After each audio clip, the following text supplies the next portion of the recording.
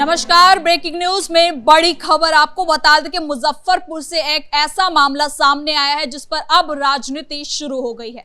आपको बता दें कि मुजफ्फरपुर में पुलिस प्रशासन एक व्यक्ति को पॉक्सो एक्ट के तहत गिरफ्तार करने गई थी, लेकिन गांव वालों ने उसका विरोध किया और ये मामला इतना ज्यादा तनातनी में बढ़ गया कि फायरिंग तक की नौबत आ गई, जिसमें एक आदमी को गोली लग गई, जिसके बाद अब राजनीति इस पे गर्मा गई है। तेजस्वी यादव के बाद पप्पू यादव लगातार इस पर सवाल उठा रहे हैं और पुलिस प्रशासन को घेरते हुए नजर आ रहे हैं। तो इसी मामले पे ज्यादा अपडेट के साथ मेरे साथ मौजूद है मेरे सहयोगी हर्ष भारद्वाज। तो सर, क्या है ये पूरा मामला जिस पर अब राजनीति हो रही है? बिल्कुल, देखिए 3 से 4 दिन पहले इस इलाके में पुलिस बल मौजूद थी और पुलिस पूरे गश्त के साथ गई थी कि एक पॉक्सो का मामला था जिसमें एक व्यक्ति को गिरफ्तार किया जाना था, लेकिन परिवार वाले काफ़ी विरोध करने लग गए और पुलिस को इलाके में नहीं घुसने दिया, जिसके बाद दोनों ओर से फायरिंग भी हुई। ये कहा जाता है कि ग्रामीणों ने पुलिस पर फायरिंग की, जो पुलिस के मुताबिक कहना है, और पुलिस ये कह रही कि हमने भी फायरिंग की।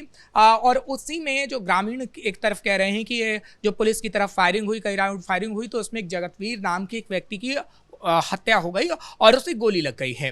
अब इसी को लेकर इलाके में हंगामा बरपा हुआ है और पुलिस प्रशासन पर मांग हो रही है कि उस पुलिस वाले की गिरफ्तारी हो जिसने गोली चलाई है।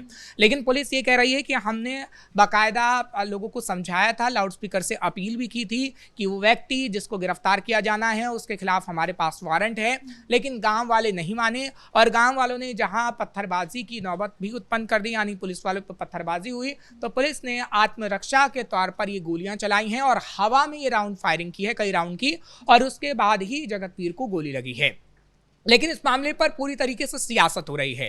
पप्पू यादव वहां पहुंच गए हैं। पहले पप्पू यादव 2 दिन पहले पहुंचते हैं और पप्पू यादव की तरफ से कहा जाता है कि देखिए किस तरीके से अपराध बिहार के अंदर हो रहा है और अब तो पुलिस ही अपराध कर रही है कि आम लोगों को निशाना बना दे रही है। लेकिन पप्पू यादव ये नहीं बता रहे हैं कि वो लोगों को गुमराह करने का काम कर रहे हैं कि कैसे जो पुलिस का बयान है वो ये बताता है कि ग्रामीणों की तरफ से भी फायरिंग की गई थी और पुलिस ने आत्मरक्षा में ये गोली चलाई है। देखिए, सियासत तो इस पर होनी ही थी क्योंकि पप्पू यादव को ऐसा कोई ना कोई मौका चाहिए था। पप्पू यादव काफी दिनों से शांत बैठे थे और पप्पू यादव को लाइमलाइट में आने का कोई मौका नहीं मिल रहा था, क्योंकि अभी सीएम की बात करें तो सीएम कौन होगा इसको लेकर हम देख रहे हैं कि अभी काफी समय लगना है और पप्पू यादव उस पर बोलकर तो शांत हो गए, लेकिन पप्पू यादव को कुछ ऐसा मसला चाहिए जिसमें काफी मसाला वो ला सकें और पप्पू यादव अपनी सहानुभूति लोगों के साथ दिखा सकें, और इसलिए पप्पू यादव मुजफ्फरपुर के मामले में अपनी सहानुभूति दिखा रहे हैं।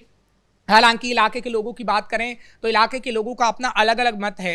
कई लोग ये कह रहे हैं कि पुलिस की तरफ से पहले फायरिंग की गई, जबकि पुलिस ये कह रही है कि लोगों की तरफ से फायरिंग की गई थी और कई अज्ञात लोगों के खिलाफ भी मुकदमा दर्ज किया गया है, एफआईआर दर्ज की गई है और उनकी भी गिरफ्तारी होगी। हालांकि ये दूसरी बार लोगों को गिरफ्तार करने जब पुलिस जाएगी तो क्या ऐसी परिस्थिति देखने को मिलेगी, ये तो खैर वक्त ही बता पाएगा। लेकिन पुलिस बल की तैनाती वहां की गई है, काफी फोर्स तैनात है।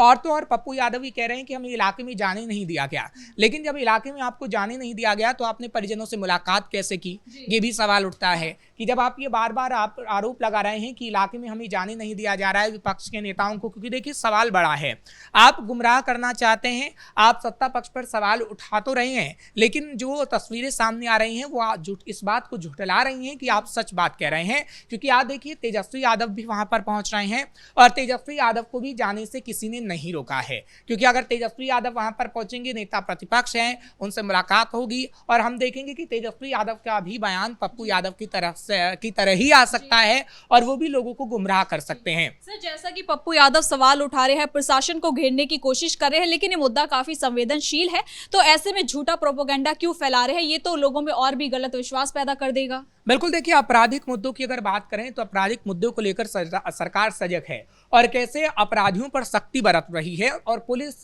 की तरफ से भी हम देख रहे हैं कि सख्ती बरती जा रही है। और पुलिस की तरफ से बाकायदा ये कहा गया है कि मुजफ्फरपुर में कुछ ऐसे अज्ञात लोग भी थे जो संदिग्ध थे और उनकी तरफ से ये फायरिंग की गई है और उन्हीं को पकड़ने के लिए पुलिस गई थी ताकि अपराधियों में खौफ पैदा हो पाए और पॉक्सो एक्ट के मामले में जिस व्यक्ति की गिरफ्तारी होनी थी उसे गिरफ्तार करने गए थे। यानी पुलिस का जब एक्शन हो रहा है तो हम देख रहे हैं कि अपराधी किस तरीके तरीके से भाग रहे हैं और उनको पकड़ा जा रहा है तो कहीं ना कहीं विपक्ष के पेट में भी दर्द हो रहा है।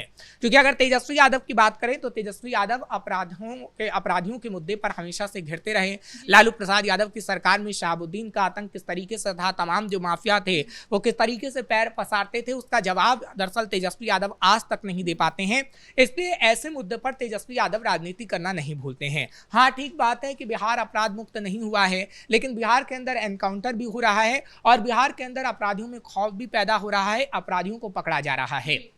लेकिन आपसे जब सवाल पूछा जाता है तो आप उस सवाल का उत्तर नहीं देते हैं। आपका काम है, विपक्ष के आप नेता हैं, आप सरकार से सवाल तो पूछे, बहुत अच्छी बात है, लेकिन आप उस एनसीआरबी के आंकड़े को भी देखिए जो ये बताते हैं कि बिहार में धीरे धीरे अपराध कम हो रहा है।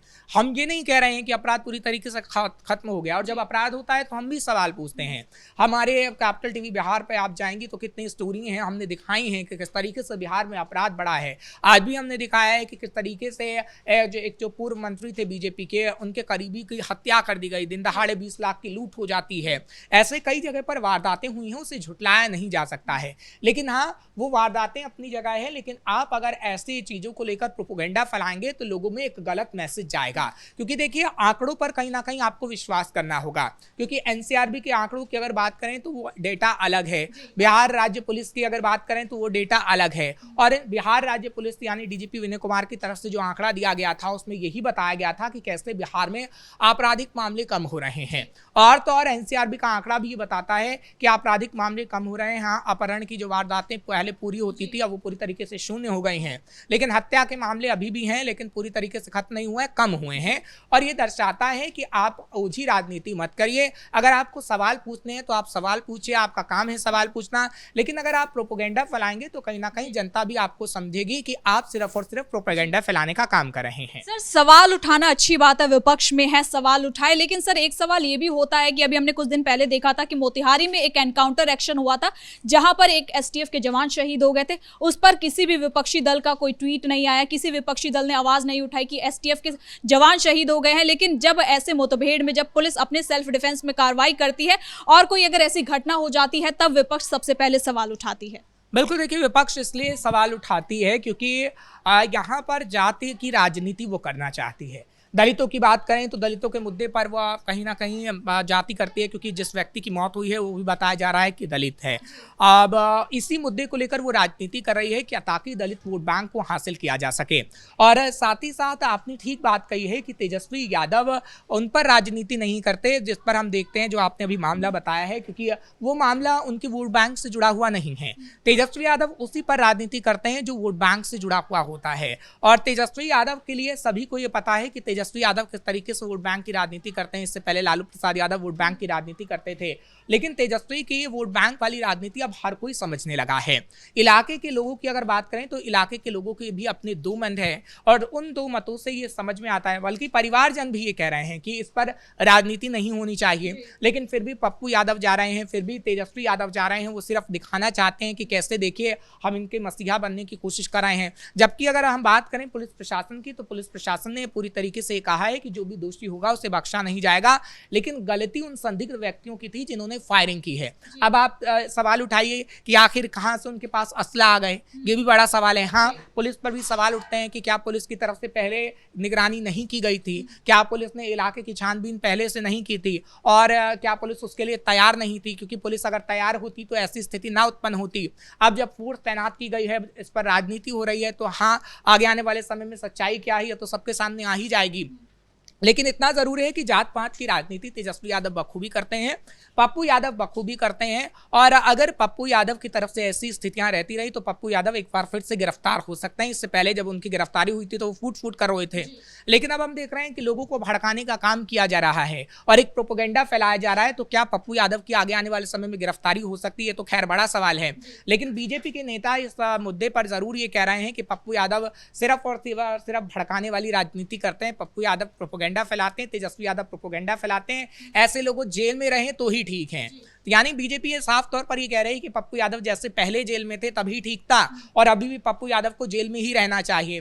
खैर आगे आने वाले समय में क्या होता है ये तो वक्त ही बता पाएगा, लेकिन हाँ ऊंची राजनीति इस मुद्दे पर जरूर हो रही है, क्योंकि ग्रामीणों की अगर बात करें तो ग्रामीणों का अपना मत है, पुलिस की बात करें तो पुलिस का अपना मत है। ये जांच का विषय है और जब तक जांच पूरी नहीं हो जाती है इस मामले में कुछ भी नहीं कहा जा सकता है। लेकिन इतना जरूर है कि दलितों की बात है तो दलितों के मुद्दे पर ये लोग राजनीति करते हैं। मुसलमानों की जहां बात होती है आप हमेशा से देखिएगा कि किस तरीके से तेजस्वी यादव आगे खड़े होते हैं। पिछले दिनों हमने ही खबर बताई थी कि कैसे बिहार के अंदर जब हिंदू सम्मेलन होता है तो तेजस्वी यादव के पेट में दर्द हो जाता है और तेजस्वी यादव ये कहते हैं कि हिंदू मुस्लिमों को बांटने का काम हो रहा है। तो खैर राजनीति अभी इस मुद्दे पर जारी रहेगी, लेकिन इसमें जांच में आखिर क्या कुछ निकल कर सामने आता है हमारी इस पर नजर बनी रहेगी, हम अपने दर्शकों को जरूर बताएंगे। बहुत बहुत धन्यवाद सर इन तमाम जानकारी के लिए। तो कुल मिलाकर मुजफ्फरपुर से ये जो मामला है ये काफी ज्यादा संवेदनशील मामला है, लेकिन इस पर विपक्ष लगातार राजनीति करने में जुटा हुआ है। फिलहाल ब्रेकिंग न्यूज में इतना ही। कैमरा पर्सन राजकुमार के साथ मैं सृष्टि शाह।